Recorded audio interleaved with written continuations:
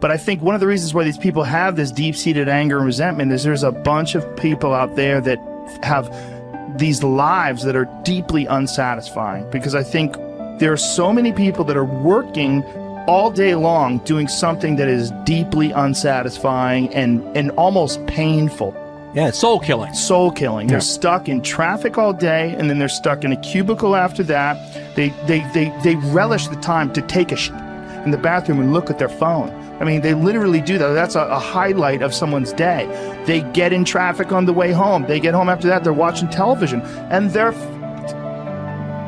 You ever notice that some people seem to want to hang on to stuff that is bothering them? They're forever talking about it. They don't want to let it go. They've had a failure at something and it's grown. They can't get over it. They just can't get over it. Or somebody said something nasty to them. They don't want to let it go. Do you know what we should do? We should ask ourselves, everything that happens, is this serving me? Is this serving me? And if it's not serving you, get rid of it.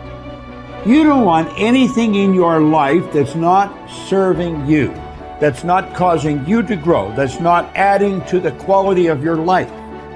I don't care what it is. You will find some people, they just hold on to bad stuff. They hold on to problems. They don't want to seem to let it go. And that adds more problems. Whatever you focus on grows. The only thing that can grow is the thing you give energy to. Why would you hold on to anything that's not serving you?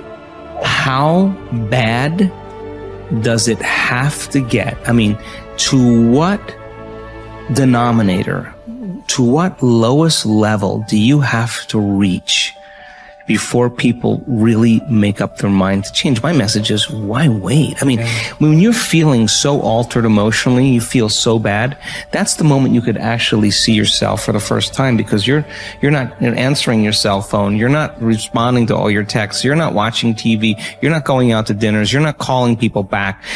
Something's altered in you, and you're starting to become self-aware, right? How dare you to analyze yourself first, your company first, your character, your behavior, your work ethics. How dare you to analyze it and see if there's any change you can make. See, you cannot manage time, but you can manage activity. You can manage your activities. Make certain that what you're doing really makes a difference. Make certain that you're spending your time on activities that are productive, that are taking you in the direction of your goal. If you think about the person that you want to become, what's that person do every day that you don't do right now? And when you start to do the thing that the person you want to become is doing, you leverage something called behavioral activation therapy. And that is a whole body of research that says when you act like the person you want to become, it's the most powerful way to change a habit. It's even better therapy than talk therapy, because the action proves to your brain that you're becoming that person. You're seeing the change through the action, and so then the brain catches up and starts to relate to you like a person that's confident, or a person who adores their appearance, or a person that celebrates themselves exactly as they are. Before you start the day, ask yourself, how do I want to think today? How do I want to feel? How do I want to behave? I mean, what would greatness look like? What would love look like today? What could I do that would be really cool for me at the end of the day? Say, wow, I had a good day today. What would make me feel that way?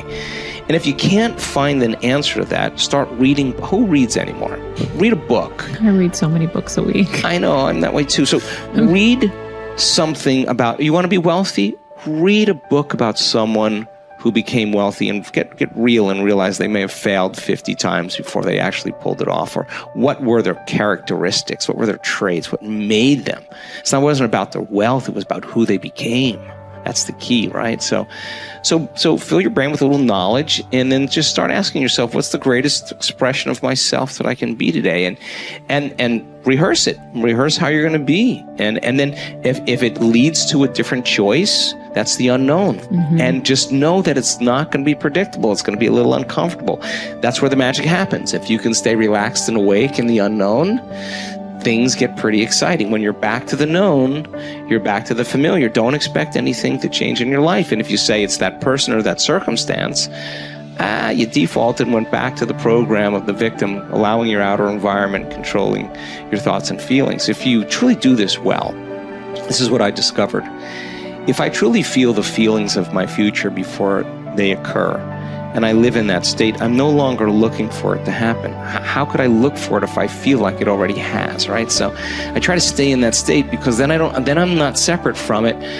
And that tends to be when the magic happens. There's no control anymore. There's no predicting. There's no perfectionism. There's none of, all there is just kind of an experiment. Like, I'm experimenting to see if I changed my thoughts and feelings, if my life will change. And that should be the experiment everybody has. And do it with curiosity, and do it with just seeing if the experiment works. If it doesn't, change something else about yourself until it starts to work. Deciding who are we going to be. You know, we shouldn't hope to end up one day a magnificent, strong, beautiful, capable, kind, loving person. We should start living like that today, hopefully, so that we become that. That who we become is not an accident, but hopefully a purposeful intent. That our days and how we approach our days are literally driven by the intention of who we're going to bring. That we bring our character into each of the circumstances of our lives, and by doing that, maybe we can't always direct every circumstance of our life. We can't control everything, but we can certainly control our responses to them. We can certainly dictate who we're going to be in those circumstances, and that helps us achieve our ultimate destiny that we desire, not one that just lands on us. I think the other thing that really comes to people's into their power is when they really discover that, you know, each of our days is something that we can also design. Not just design who we're going to be. How are you going to design your day? What's this day going to be about? What's going to get your attention? What's going to get your focus? And what should not be getting your focus is just your inbox, or just what I call browser blackout, clicking around on all these blue links or images, or swiping here and swiping there, and then losing 4 or 5 hours of your day. Because what ends up happening for so many people is they lose 2 or 3 hours to distraction each day, maybe 4 hours of distraction of television a day. And over the course of their lives, now a decade is gone of opportunity, a decade of missed opportunities to connect with your family, to achieve your dreams, to work a little harder, to contribute that thing you always contribute, to learn that skill that you wanted to learn. Like, we have to decide on our days. We have to design them. We have to wake up and decide what this day is going to be about, what's going to get done, what's going to deserve our focus, who will we reach out to, instead of just responding to everybody else's needs. Look back over your life and ask yourself, what activities, behaviors, or decisions have been most responsible for my success in life to date? You will probably find that less than 5% of the things that you have said or done have accounted for most of the success you have enjoyed. You may find that it was your unique ability to solve a particular kind of problem or to take advantage of a particular type of opportunity. You may find that your special talent was an interpersonal skill that enabled you to influence and persuade other people at a particular time and place. You may find, on analysis, that it was an ability to take charge and accept responsibility for accomplishing a particular goal. Whatever has been responsible for your successes in life to date may be a good indication what you should be doing in the future. Analyze your work based on the measure that I call return on energy. Leaders in every field deliberately apply their talents and energies where they can achieve their greatest return on the amount of energy, mental, emotional, and physical, that they invest in any endeavor. They refuse to take on jobs or work in areas where they cannot perform at exceptional levels. They treat themselves as valuable resources, and they spend their energies very carefully. One of the questions that you might continually ask yourself is this the best possible use of my time and energy? Is what you are doing right now the most valuable thing that you could be doing, given your particular combination of talents and abilities? Often answering this question will help you to see that there is a vast difference between what you are currently doing and what you should be doing if you want to be fulfilling more of your potential. Once you have chosen your ideal job or occupation for this stage of your career, your biggest responsibility is to make the decision to become very good and then to become excellent at what you do. In a lengthy study on successful Americans, the Gallup organization discovered that expertise, or being recognized by your peers as one of the very best in your field, was one of the essential ingredients for success in American life. We said before that self-confidence comes from positive knowing rather than positive thinking. It is only when you know that you are outstanding in your chosen field that you really feel terrific about yourself, and that you enjoy high levels of self-confidence. Men and women who are good at what they do and who know that they are good at what they do are very different from those who are only average. They walk and talk and dress and behave differently. They have an attitude of assurance and certainty about themselves that causes them to stand out in any group.